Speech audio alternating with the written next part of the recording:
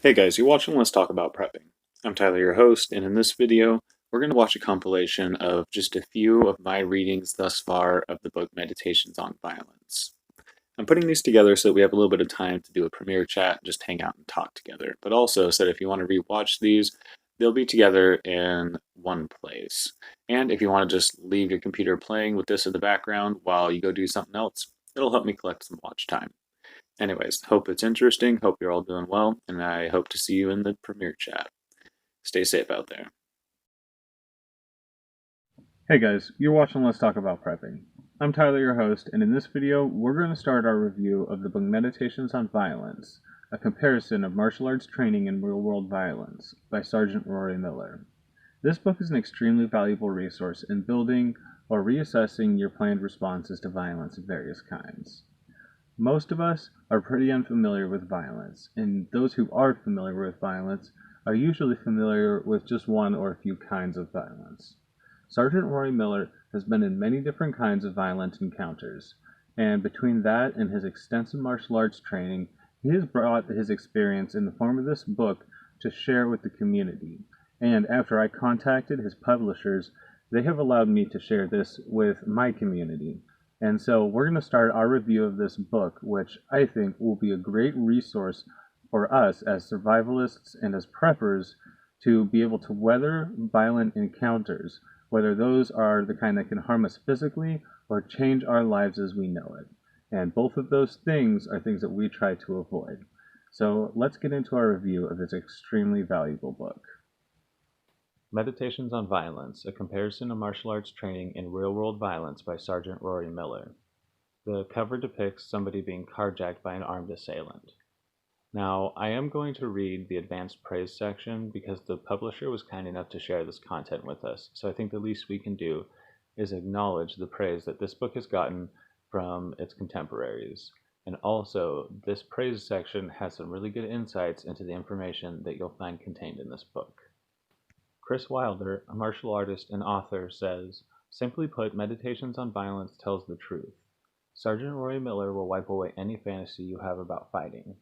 Fighting and violence will tolerate no lies, especially the ones you tell yourself. The more you read, the more you will realize that the stupid monkey dance you do is meaningless. The words, the displays, they are all predictable, and Sergeant Miller has your number."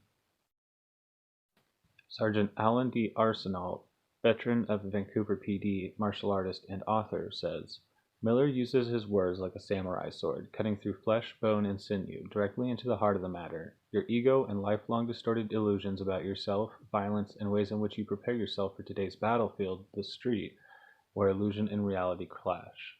Will you be a victim of your own training flaws?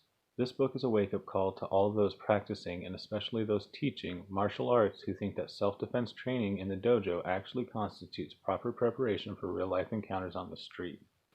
Miller says a real fight for your life is nothing like sparring. Indeed, it isn't. Lawrence A. Kane, a martial artist, author, and security supervisor, says, "This book is a refreshingly frank, honest, and in-depth assessment of violence. As a corrections officer, Miller tangles with hardcore predators for a living. He routinely survives brutal encounters that would leave the average person physically shattered and emotionally wrecked. Miller's insights on how to make self-defense work and overcome subconscious resistance to meeting violence with violence could very well save your life one day.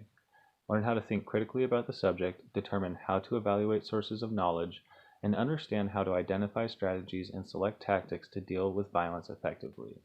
This extraordinarily well-written book is packed with interesting, informative, and, most importantly, useful information.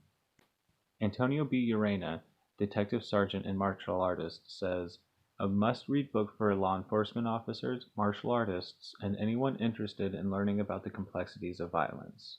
Not only do I highly recommend this book, but will be required reading for my students as well." M. Guthrie, a federal air marshal, says, "This is the finest self-defense book it has ever been my pleasure to read, and I have read quite a few. I feel it is a seminal work, and that is not praise I bandy about lightly. In fact, I hope that my many friends in the self-defense publishing world forgive me for putting Mr. Miller's book above theirs in my particular pecking order. It is simply that good. This book is not a book that will teach you angry monkey kung fu or the tiger claws and ox technique. In fact, the book is very short on technique offered, which is its true strength. There are innumerable books out there that are technique driven. That's not the problem. What is lacking, and most sorely needed, is exploration on the realities of human on human violence. What drives it, how do you survive it, and how and what we can learn from it. As a law enforcement officer, I've been in many use of force incidents, a couple of shootings, and had more incidents that had the potential to become violent but didn't. In very few of them did any particular technique come to me to save the day. What served me much better was an understanding of what was happening, recognizing it as it happened, and not letting the fear and adrenaline keep me from acting, even if the acting in question was simply talking the situation down. Hopefully, your particular art has given you the physical tools needed to effect your self defense. Technique is important, no doubt, but any defense scenario is much more than a series of techniques thrown in a vacuum. This book will fill in those gaps, all the other stuff that goes along with it.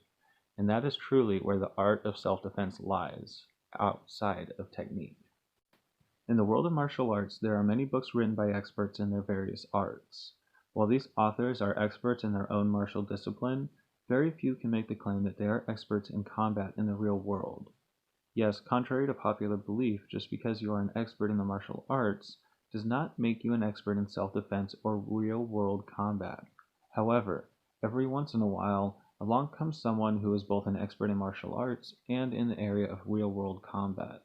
Even more rare is the person who has taken their years of training in the martial arts and adapted it to the realities of a violent world. Rory Miller, an experienced martial artist and corrections officer, is such a person. In his book, Meditations on Violence, a comparison of martial arts training and real-world violence, he explores the reality of violence and how to survive it. Exposing the myths that surround violence and combat, Rory gives the reader a stark look into the real world, one that he must confront every day when he goes to work. Rather than a how-to book filled with lots of cool pictures, his book informs the reader of the psychology, mindset, and strategies that will keep you alive, and suggests methods that will better prepare you for the real world. I highly recommend this book for anyone who may have to confront the reality of violence, especially martial artists, who are often in the most need of a reality check. Robert Carver, martial artist, President, U.S. Martial Arts Federation, founder of Budo Sikh Martial Arts Community.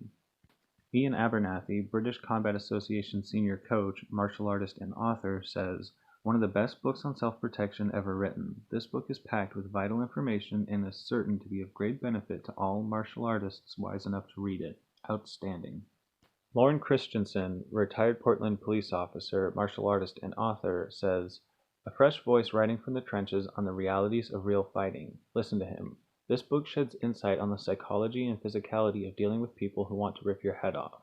If you are really serious about self-defense, you'll want to learn from a veteran corrections officer the ugly reality of real fighting as opposed to how it's taught in too many strip mall dojos. Every martial artist, every cop, and every corrections officer should read this book." Mark McYoung, martial artist and self-defense consultant, writes, "The difference between theory and practice is, in theory there is no difference. Unfortunately, countless law enforcement and correctional officers, security professionals, and private citizens have discovered this also applies to the training they have received in the safety of a martial arts school or academy and the realities of applying that training in a live-fire situation. The reason this transition is so difficult is because surviving physical violence is so much more than just punching, kicking, or pulling a trigger. From the safety of training, these elements seem like small obstacles that will be easily overcome. Unfortunately, in live-fire situations, those small obstacles can become huge canyons." Rory Miller's book is not only a fantastic introduction to what you will face in a violent situation, but it provides keen insights and concepts that even an experienced operative will find useful in staying safe in a dangerous occupation. Next, we have a title page with an image of what looks like a crime scene or a mock-up of a crime scene. Either way, it's definitely a good depiction of what you can expect a violent encounter to look like, much different than your usual Hollywood depiction of a fight scene where the good guy wins. Here we have the publisher's card. And here we have a legal disclaimer, which I'm going to share and let stand for myself as well. I am simply just sharing this information with you guys for you to take into consideration. Warning: readers are encouraged to be aware of all appropriate local and national laws relating to self-defense, reasonable force in the use of weaponry, and act in accordance with all applicable laws at all times. Neither the authors nor the publisher assume any responsibility for the use or misuse of information contained in this book. Nothing in this document constitutes a legal opinion, nor should any of its contents be treated as such. While the authors believe that everything herein is accurate, any questions regarding specific self-defense situations, legal liability, and/or interpretation of federal, state, or local laws should always be addressed by an attorney at law. When it comes to martial arts, self-defense, and related topics, no text, no matter how well written, can substitute for professional hands-on instruction. These materials should be used for academic study only. And here's the foreword by Stephen Barnes. There's a gap between reality and fantasy, and that gap is where the novelist plays. Whether the reality of day-to-day life and marriage as opposed to the fantasy world of falling in love, the reality of the workaday world as opposed to the fantasy of making it big, or the reality of life and death combat as opposed to the fantasies of battlefield glory. The gaps between those things are the meat of my profession, because so few of us actually place our lives in jeopardy, ever face the reality of combat or self-defense, of facing an aggressive human being, or discovering our own potential for violence. We are endlessly fascinated by images of the men and women who can and have done such things. We make them into heroes, we study them in books, we are hypnotized by their images on 30-foot-high movie screens and pay those who can convincingly portray them staggering sums of money. And behind much of our fascination is a question: what would I be in that context? Could I cope? And what would I become if I did? What would happen if I could not? One of those who portray this hyper-effective fighting machine stereotype was, of course, Bruce Lee. And after Enter the Dragon, legions of young men swamped martial arts schools all over the world, seeking to be strong, to be brave, to be capable, to, in other words, deal with their fear that they would not be able, or to feed their hunger to learn what that mysterious creature lurking in the back of their subconscious was really all about. I remember during the early 1980s when training at the Filipino Kali Academy, a school maintained by Danny Inosanto and Richard Bustillo, two former Lee students, that every time a new class opened up, we'd be flooded by the LBKs, the little blonde kids. They came in the doors with their eyes filled with dreams of martial glory, and we knew that the instant it got real, the instant we put on the gloves and actually started whacking each other, 90% of them would flee. And friends, sparring in the school has a very limited application to what happens on the streets. Those of us who wanted to learn how to apply what we learned in an academic context to a real life and death situation studied texts by ancient samurai, killer monks, warriors of every culture, those who had actually been and done. We struggled to grasp the difference between fantasy and reality, between theory and application, because the gap between them could cost us our lives. Could we do it, and what if we could not? I met Rory Miller about 15 years ago and was immediately impressed by an odd fluidity of movement that told me that he had endured long and intense practice in some effective physical discipline. I suspected martial applications. Over time, I learned about his background and that his profession as a corrections officer placed him in the peculiar position of, as he said at the time, having a fight a day. Every day, against some of the most dangerous and desperate members of our society. This was not a theoretician. But more than his obvious skill, what impressed me was the quality of his relationship with his lady Cammy. Their clear and obvious love told me that he had been able to find a way to engage in violence at a level most martial artists, most people, cannot even dream, without losing his soul. Because he is both classically trained and the survivor of literally countless all-out confrontations, Rory has the absolute right and responsibility to share his impressions of the difference between theory and application, what works and what will get you killed, what attitudes and illusions are harbored by those of us who don't have to face the animals, who enjoy hurting, killing, raping, maiming. What is that space? Where do you have to go inside yourself to survive? I believe that his training, environment, and inclination created a perfect storm of martial awareness in which he has attained a kind of clarity about these things that is a hallmark of those on the road to enlightenment. Very few human beings would be willing to pay the price he has paid or be capable of paying it even if they were willing. That he is willing to report back what he has learned is an act of love and social responsibility. I have the very highest respect for Rory and what he has to say about the gap between martial arts, as taught and conceptualized, and survival in the crucible of actual combat. In other words, how he stepped through the fire without being utterly destroyed by the flame. Meditations on Violence, a comparison of martial arts training in real-world violence, is not a joke or a fantasy or a screed written to salve the ego of some wannabe. I've met the men who work with Rory, and they are tough, hard guys, and they adore him. They know that what he knows and who he is has kept them alive to return to their lives and families. You hold in your hands a document long in incubation, the musings of a modern warrior on a topic central to mankind's survival since the first dawn. Can I? And if I can, how? And who will I be? What must I be to protect my life, my values, my family? There are few questions more important than these. Here, in these pages, are the results of one man's quest for answers. It's the real thing. Stephen Barnes. Alright guys, that's going to do it for today. I hope that was interesting. Next time we'll get into the meat of the book and see what Rory Miller really has to say. I hope it stirred up some interest in those of you who haven't read it yet, and if you do want to get a copy, you can get it in most bookstores and most places where you get ebooks online. Anyways, thanks for watching, and stay tuned with Let's Talk About Prepping for future videos. Stay safe out there, everyone.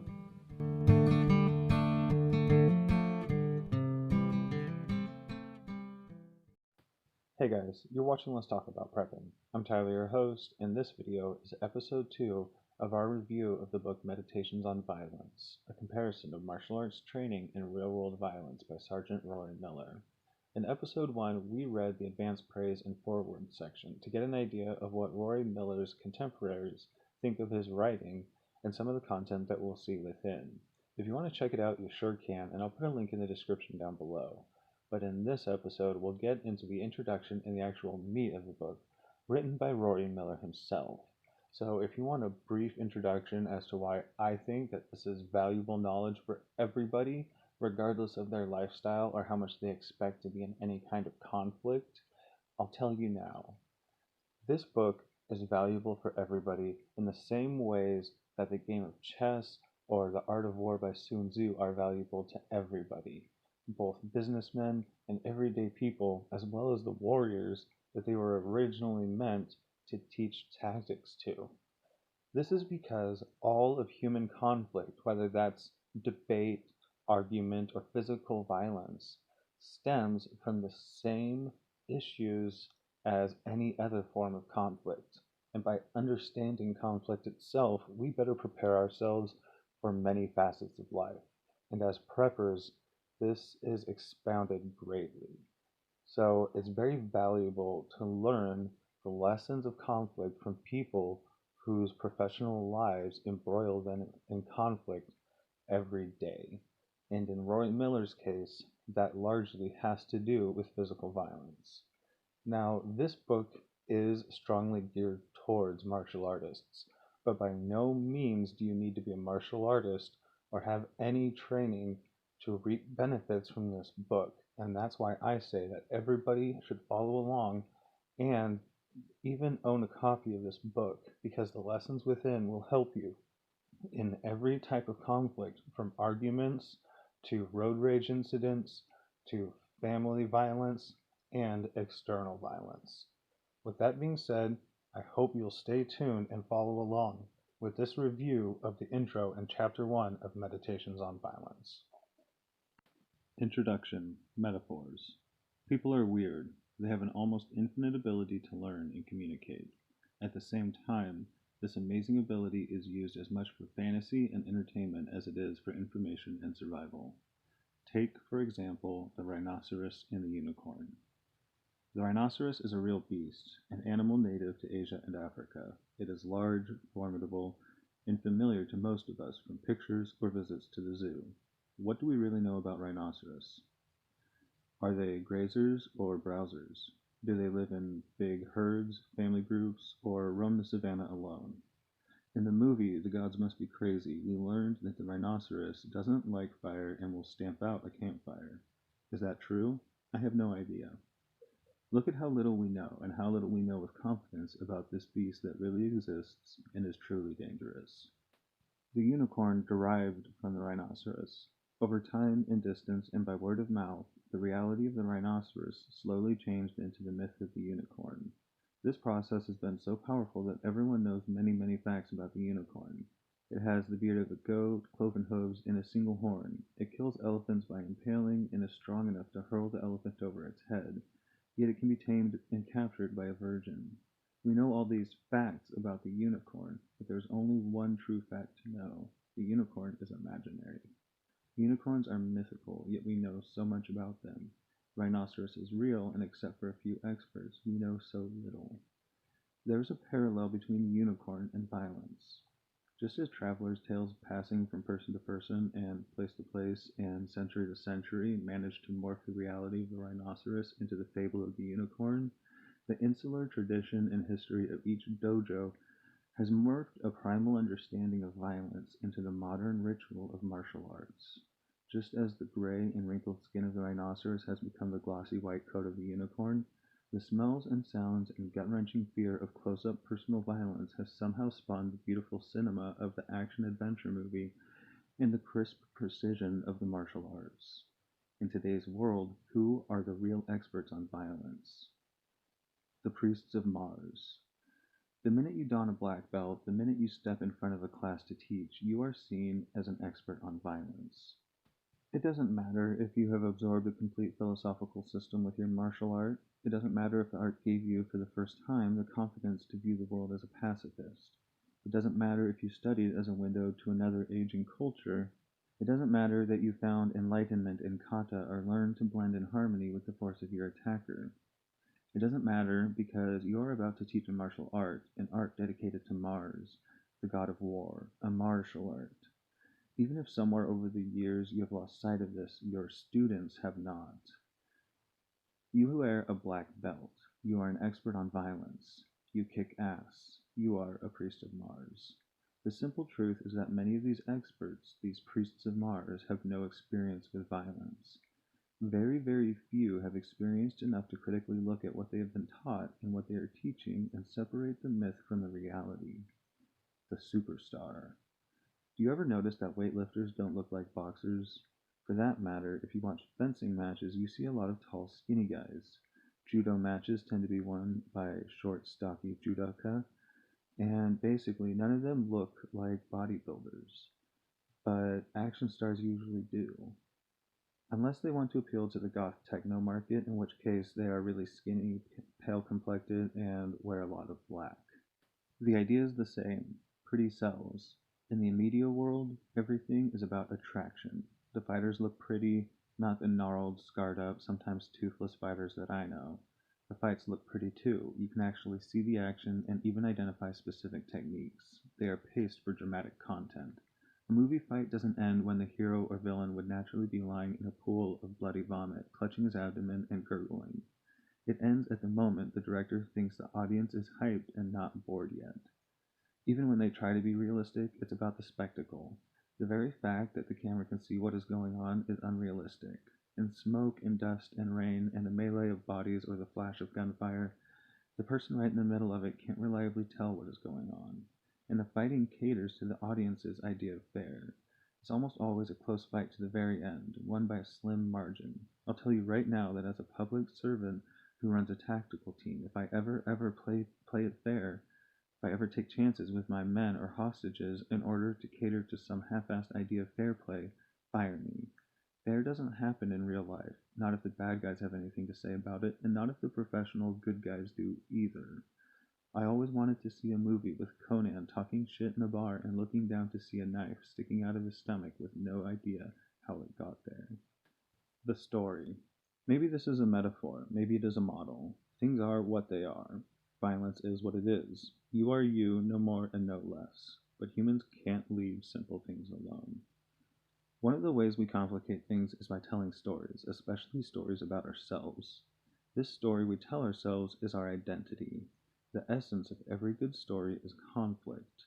So our identity, the central character of this story that we tell ourselves, is based largely on how we deal with conflict.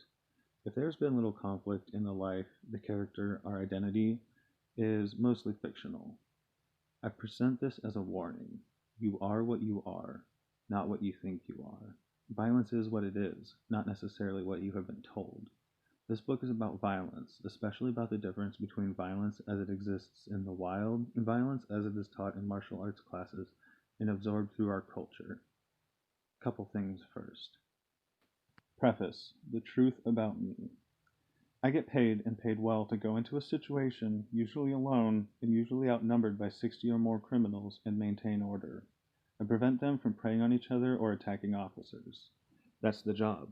Now, since I don't fight every day or even every week anymore, I'm a sergeant now, one step behind the front line. Most of the minutes and hours of the job are pretty easy, far too easy for what they are paying me.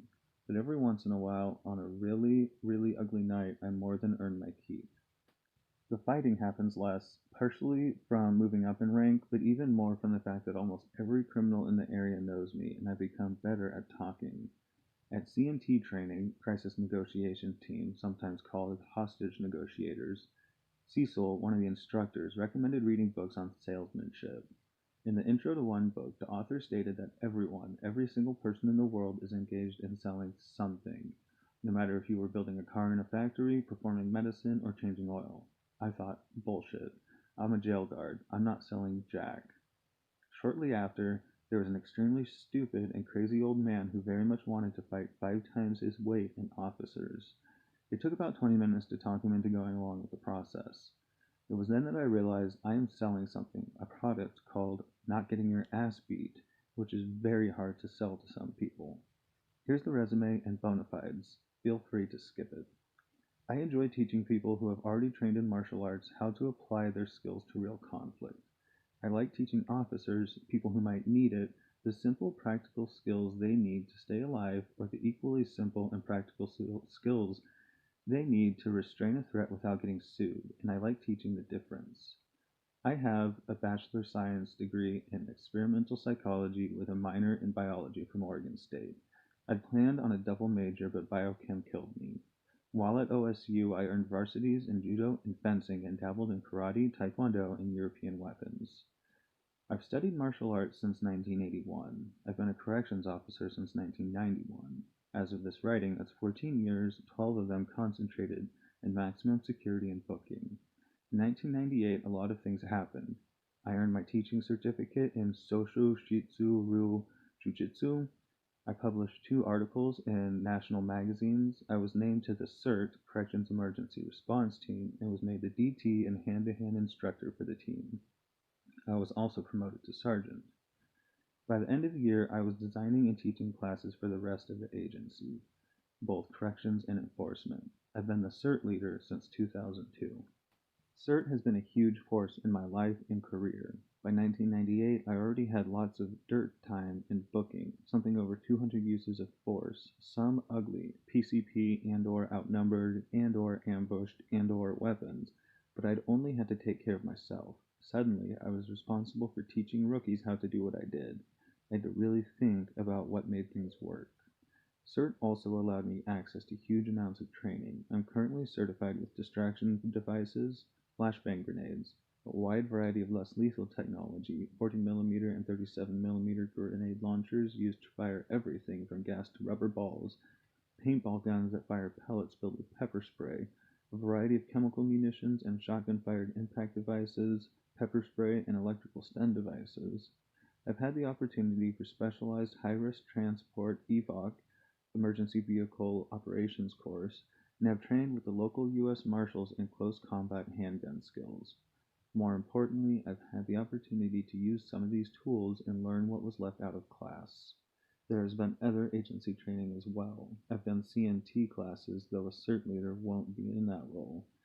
Been through the introductory weapons of mass destruction class from FEMA, attended school for the incident command system, been certified as a use of force and confrontational simulation instructor, and recently received a certification as a challenge course facilitator in case anyone wants to walk a high wire and do some team building. When I'm not on swing shift, I'm an advisor for the search and rescue unit. Swing shift or not, I'm a peer counselor for my deputies. I was a medic, NBC defense instructor, and rappel master in the National Guard. Studied EMT 1 and 2 a long time ago, bounced in a casino for a couple years, and attended Tom Brown's Survival and Tracking Basic course. And I grew up in the eastern Oregon desert without electricity or running water. That's just a list. Here's the truth. Violence is bigger than me. There's more out there and more kinds of violence than I'll ever see, and certainly more than I could survive. I've never been a victim of domestic violence, and I've never been taken hostage, but in this book I will presume to give advice on those two subjects. I've never been in an active war zone or a firefight, never been bombed, nuked, or gassed, except by trainers. Violence is a bigger subject than any person will ever understand completely or deeply. I've put as much personal experience into this as I can, along with advice from people I know and trust to be experienced.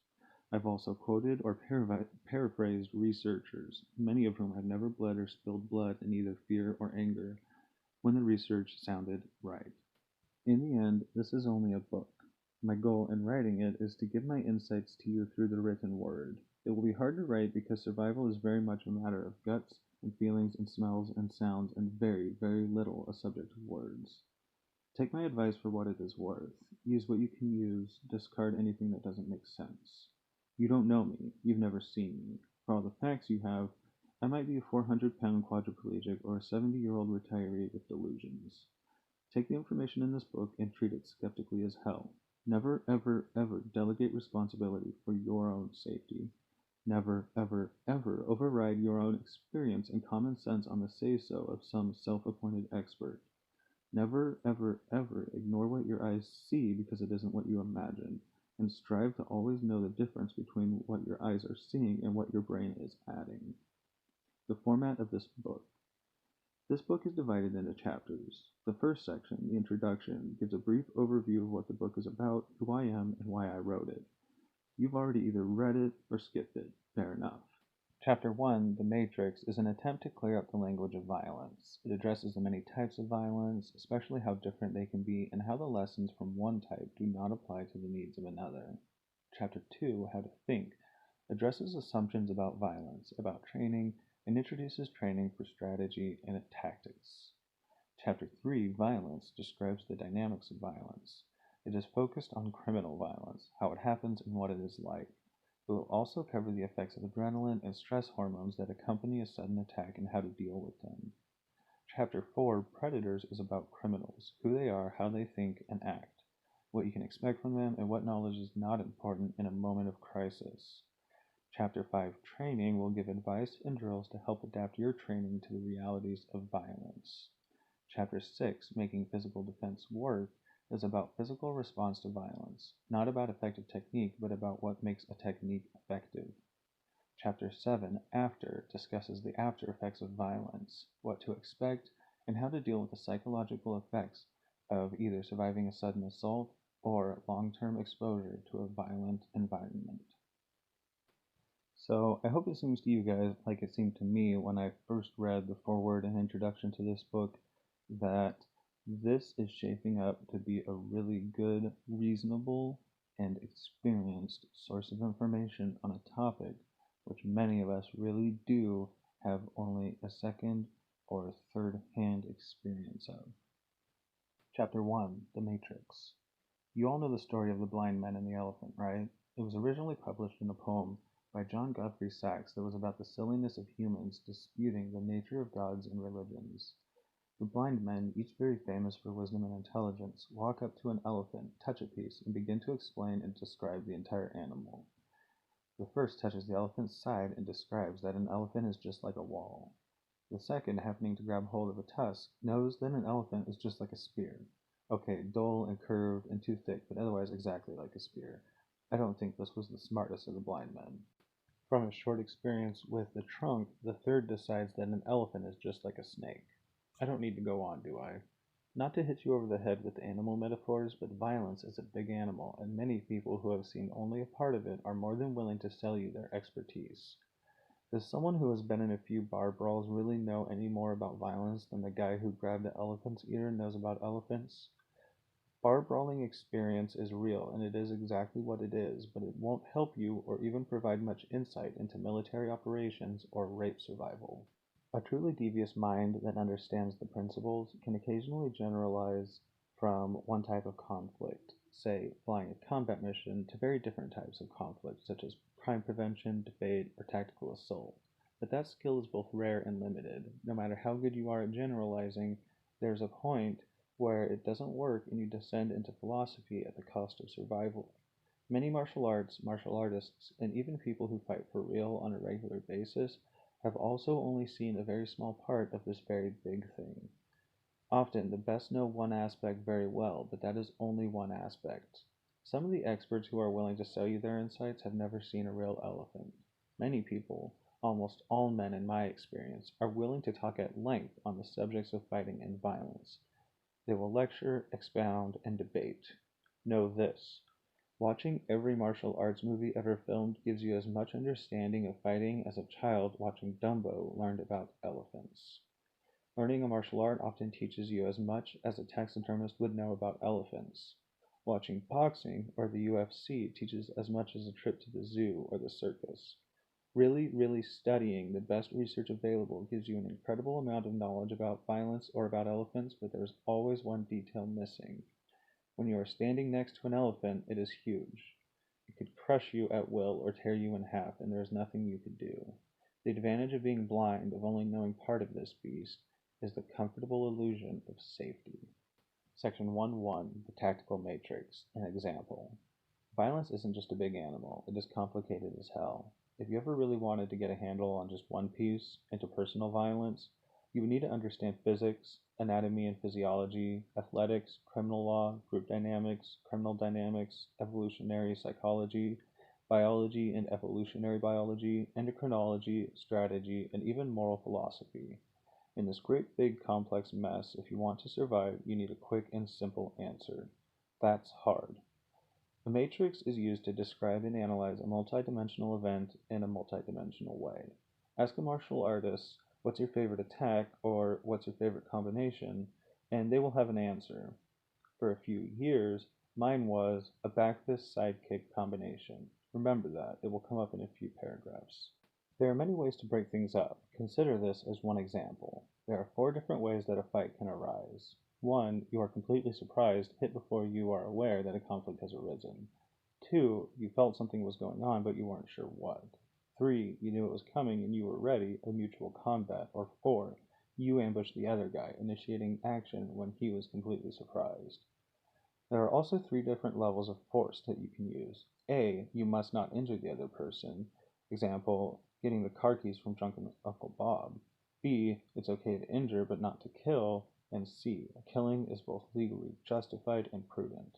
This makes a 3x4 matrix of 12 options.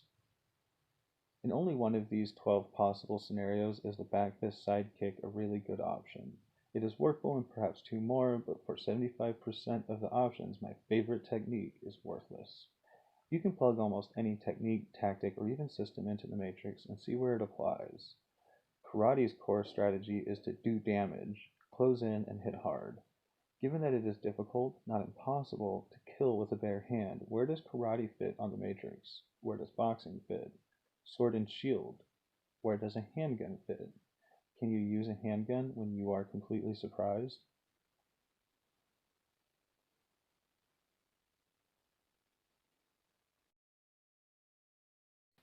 Looking at it like that, however, is a fundamental flaw in thinking. To work from technique to situation is backwards. The parameters, in this case, level of surprise and acceptable damage, dictate the matrix. Each box in the matrix represents a type of situation. To go through life being very skilled at 1 or 2 aspects of the matrix and hoping the violence you run into will happen to match your boxes is dangerous, and yet very common. Here's a rule for life. You don't get to pick what kind of bad things happen to you. You may prepare all your life to take on a cannibalistic knife-wielding sociopath. You may get stuck with a soccer riot, or a road rage incident with a semi, or a pickup full of baseball bat-swinging drunks, or nothing at all. You don't get to choose.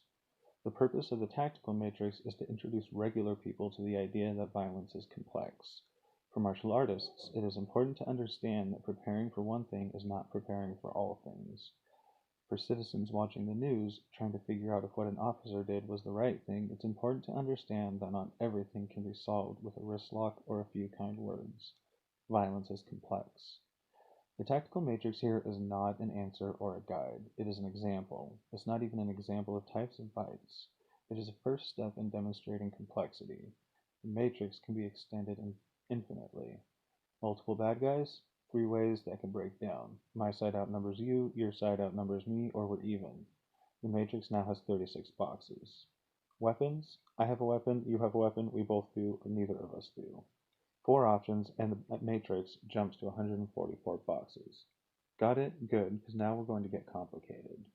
Section 1-2, the strategic matrix, what martial arts tries to be. A New York Times article dated June 7, 2005 describes a video of an officer in a traffic stop taking fire from the driver and his partner running away. The officer who ran away chose the perfect option for self-defense. It was not the best option for his partner. It was not what he was trained and expected to do. He was trained and expected to engage the threat. Officers on patrol avoid hand-to-hand encounters. Fights are dangerous. Even when you win, there's a possibility of injury, exposure to bloodborne pathogens such as HIV or hepatitis, or a lawsuit. Within that context, there are 2 distinctive hand-to-hand skills that an officer needs. In the ugly surprise situation, taking damage and unprepared, the officer needs brutal close-quarters survival skills. Putting handcuffs on an unruly drunk who doesn't want to go to jail but doesn't really want to hurt you requires different skills, different techniques, and a different mindset. Sometimes there are more. A SWAT sniper needs a crystal clear thought process and the ability to deal with hours of boredom and discomfort. The point man on an entry team doesn't need or use the same techniques or mindset as the sniper, isn't interested in semi-compliant handcuffing, and damn well better not be surprised if he works for me. He is the surpriser. In just one profession, 4 different skill sets for dealing with physical conflict. Not one of them is like dueling, sparring, or waging a war. Martial arts try to do more than that. Some studios promise self-defense skills and tournament trophies, discipline and self-discovery, fitness and confidence, and even spiritual growth and enlightenment. How well do these goals really mesh? Cardiovascular fitness is extremely important for health and longevity and should be the cornerstone of any fitness regimen, yet fighting for your life is profoundly anaerobic. Whether you had a good breakfast will have a greater effect on your endurance 30 seconds into the fight, and 30 seconds is a long time in an ambush, than your ability to run a marathon. Spiritual growth, the measure of many modern martial arts, is a difficult concept to pin down. I once asked my sensei in jiu-jitsu if there was a spiritual discipline associated with Shoshu Shitsu Ryu. David said, "Oh, sure, the dead guy doesn't get to go to church. Don't try to read too much into this, Rory. It's not a way of life. It's a collection of skills a samurai might need if he wanted to go home to his family." Martial arts and martial artists often try to do it all. They teach self-defense and sparring and street fighting and fitness and personal development as if they were the same thing. They aren't even related. Very, very different things get lumped under the general heading of violence. 2 boxers in a contest of strategy, strength, skill, and will. A drunken husband beating his wife. 2 high schoolers punching it out in the parking lot. A mental health professional trying to hold down a schizophrenic so that a sedative can be administered. An officer walking into a robbery in progress finds himself in a shootout. Soldiers entering a building in hostile territory. A rapist pushing in the partially open door of an apartment. An entry team preparing to serve a search warrant on a drug house with armed suspects. A Victorian-era duel with small swords.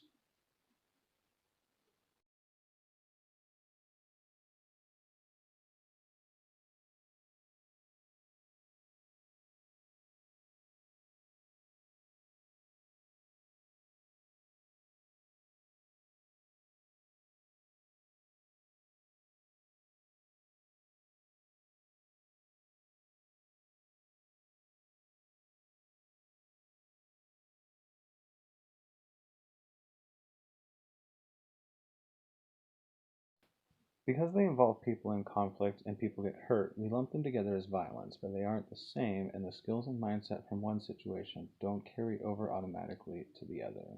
Self-defense is clearly my focus in this book. What is it?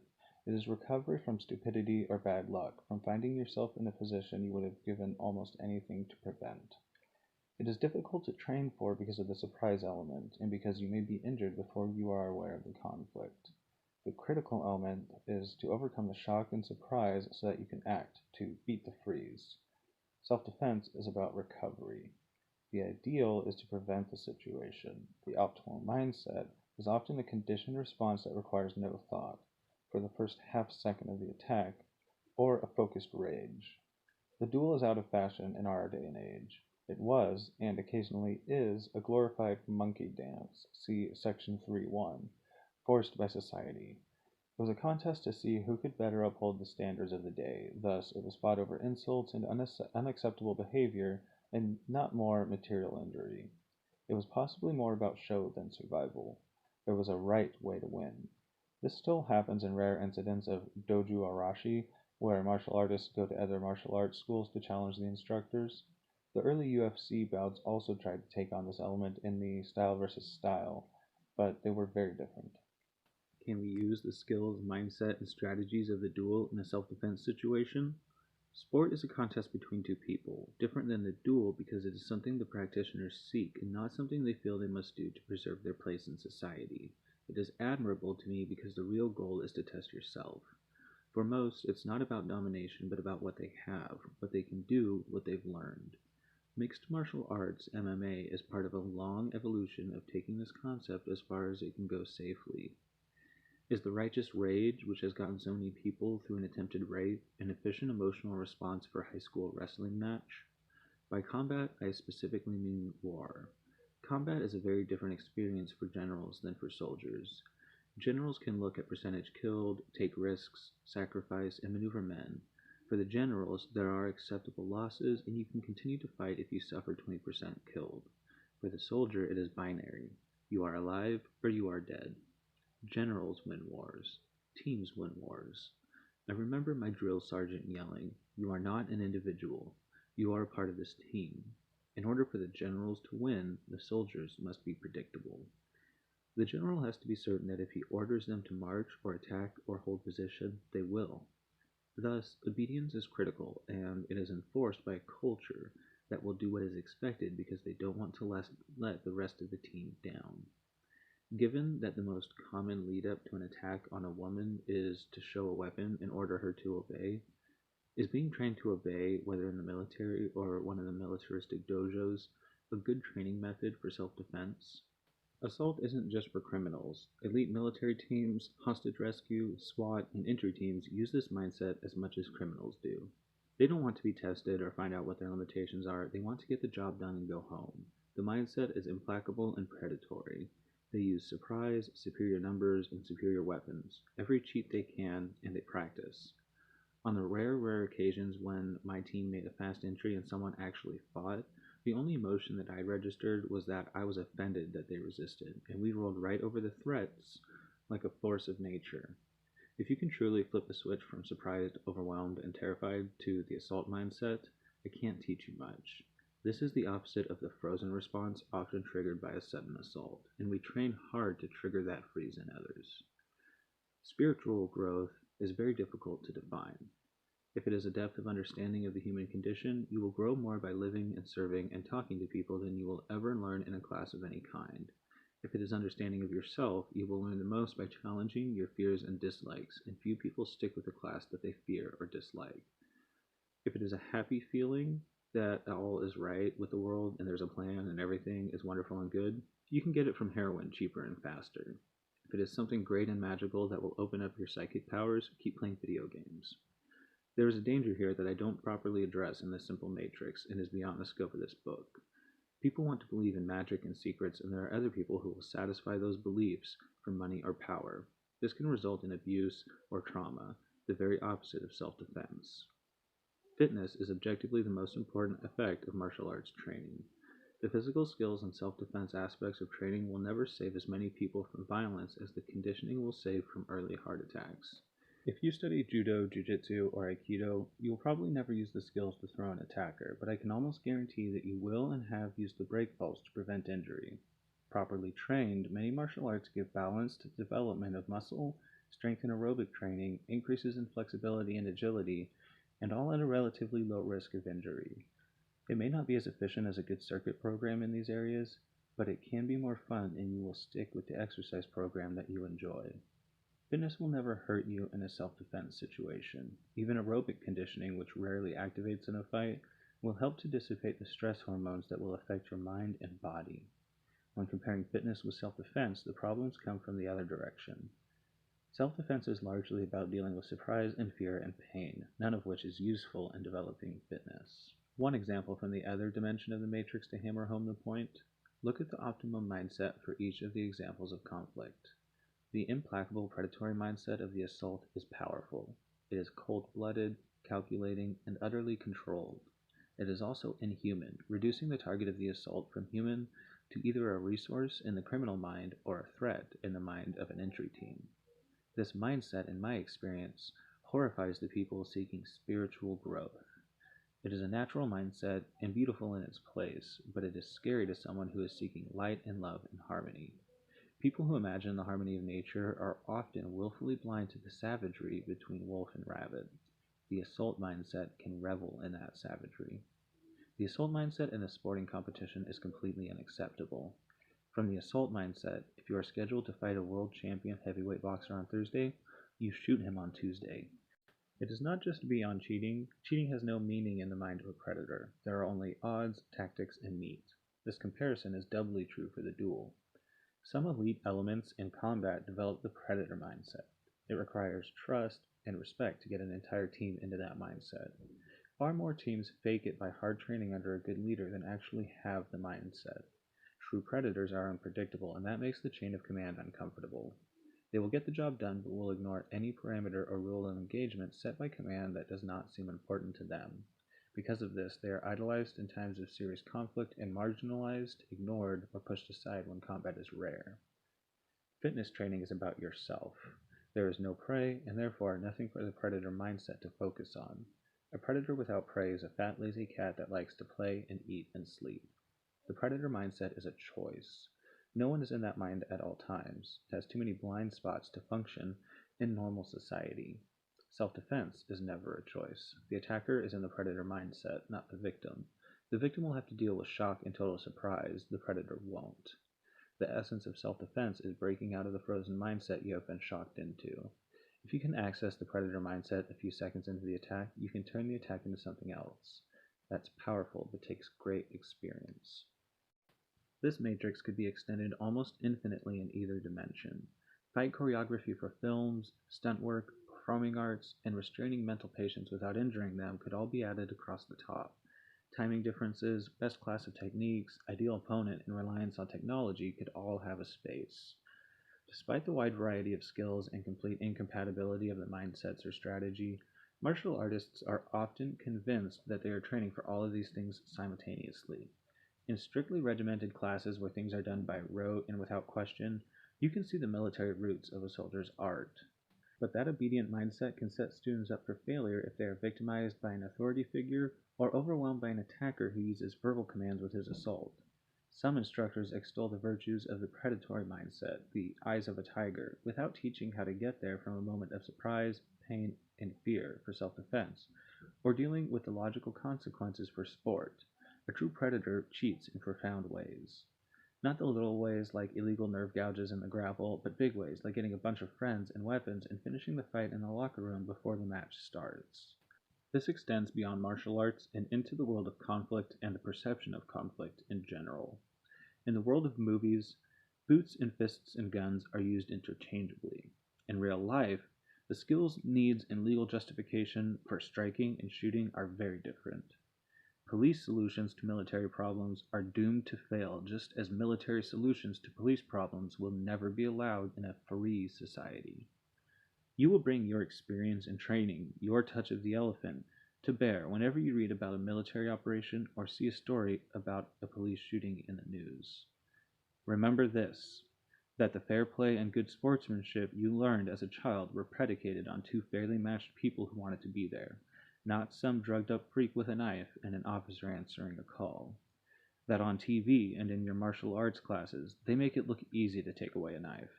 An officer knows that if someone is within 7 yards, he can be stabbed more than once before he can even draw his weapon. That in the movies, The sniper can coolly make headshot after headshot at 500 yards, protecting his team. In real life, snipers have tried in vain to identify a target through smoke and muzzle flash as civilians get slaughtered. That in books, the radios always seem to work, cell phones never go off when you are trying to get into position, and the good guy always carries enough ammo and no one ever just bleeds out and dies from a flesh wound. That when the newspaper decries the brutality of the officer who used force on a 15-year-old mentally ill child, all the officer saw was a 280-pound person in an altered mental state coming at him, swinging a club. And that's the end of chapter 1. As you can tell from just this part of the book, Rory Miller is a very well-credentialed person to talk about the subject of violence, and he approaches it in a very rational and practical way, breaking down the various types of conflict in such a way that a normal person can understand it. I hope that this has been interesting to you, and I hope that you'll stick around for more reviews of this book.